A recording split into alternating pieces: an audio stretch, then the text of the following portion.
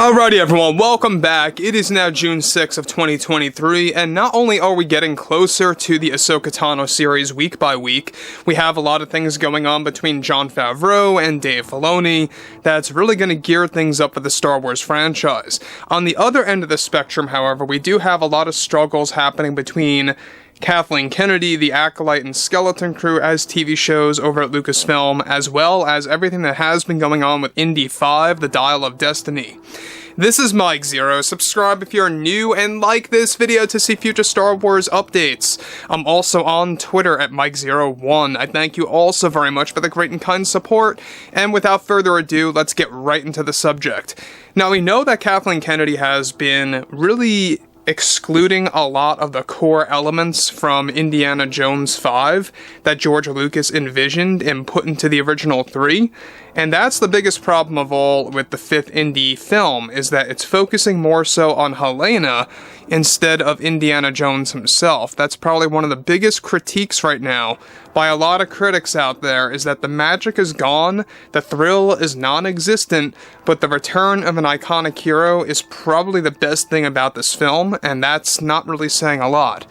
So, moving to the next big thing here, we know that Kathleen Kennedy has been going through a very rough patch right now with the Hollywood sphere, if you will, and exactly what's been going on between herself and many of the major Hollywood studios, and it's looking like big trouble for Kathleen Kennedy as of late. So let's get right into exactly what's been going on here between herself and Hollywood itself. Alright, so with Kathleen Kennedy still having issues with the Acolyte and Skeleton Crew, she is still having problems with last-minute editing for Indy 5 that she is working on with James Mangold. The same exact thing goes for Skeleton Crew between herself and John Watts. However, one major development involving Kathleen Kennedy is what has been happening in Hollywood between herself and big studios. Now, since the release of Indy 5 at Cannes Film Festival, and more studios have now been rejecting Kathleen Kennedy from ever getting hired or even participating in a future project or film. To add to this list is now TriStar Pictures, Miramax, New Line Cinema, Paramount, and even, yes, Warner Brothers, all of which are the most recent studios that have made sure to never participate with Kathleen Kennedy after what she has been going through with Indy 5. Now, this came to light via Frank Marshall, Kennedy's husband, that eventually got tossed around over at Lucasfilm and Disney about the situation, and that this is ultimately why Kathleen Kennedy has been creating her own studio that is currently dubbed simply as Starlight Productions.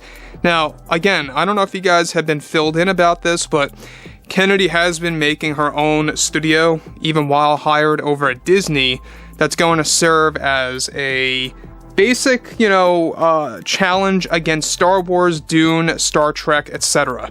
It's basically going to be a sci-fi oriented production studio focusing on movies, TV shows, and more. So it really brings you to question, why is Kathleen Kennedy allowed to even stay at Disney for 1 minute if you're creating a studio that's going to compete against Star Wars itself when Disney owns Lucasfilm, who runs Star Wars? Makes absolutely no sense, and it really boggles my mind as to why that doesn't even breach any kind of contract. Now, when you look at stuff like this too, we know that Frank Marshall has a lot of contacts.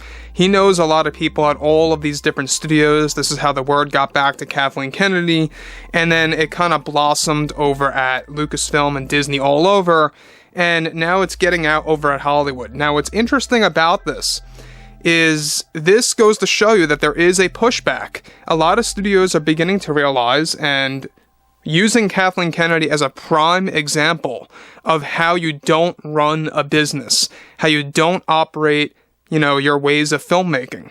This is exactly why you're slowly beginning to see better and better films come out in theaters. A great example, Top Gun Maverick, the upcoming Mission Impossible Dead Reckoning Part 1 film, also known as Mission Impossible 7. We also have had the Super Mario Bros. Movie, the Sonic film. And there's a lot of things that are prime examples that is serving as a pushback. Now, the next thing is this. Now, previously, Those like Universal also excluded Kathleen Kennedy from even getting involved in a future project. What this leads us, of course, is that to none of other major Hollywood studios right now wants anything to do with Kathleen Kennedy after they realized what she did to both Star Wars and Indiana Jones, two of the most profitable franchises in film history.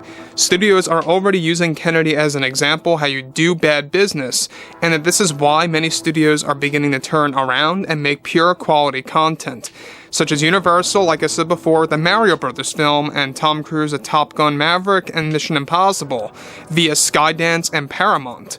Now, Frank Marshall is already trying to pull some strings to convince Disney to keep Kennedy at Lucasfilm regardless of what happens with Indy 5 in a desperate attempt to keep her career alive.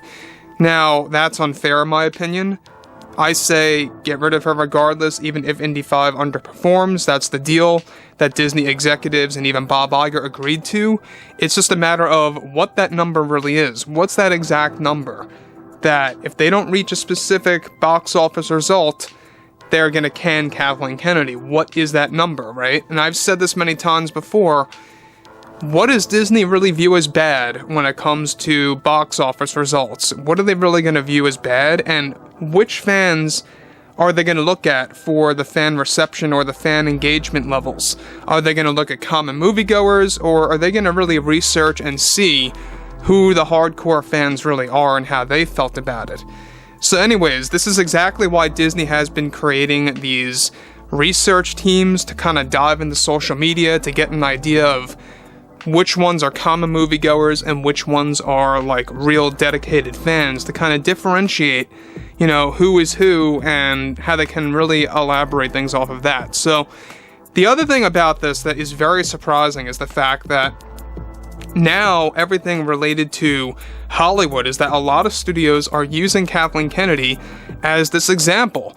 And look, this is what happens when you do a very bad job and you turn two of the most profitable franchises into something that needs to either A, be fixed or slowly turned around for the better.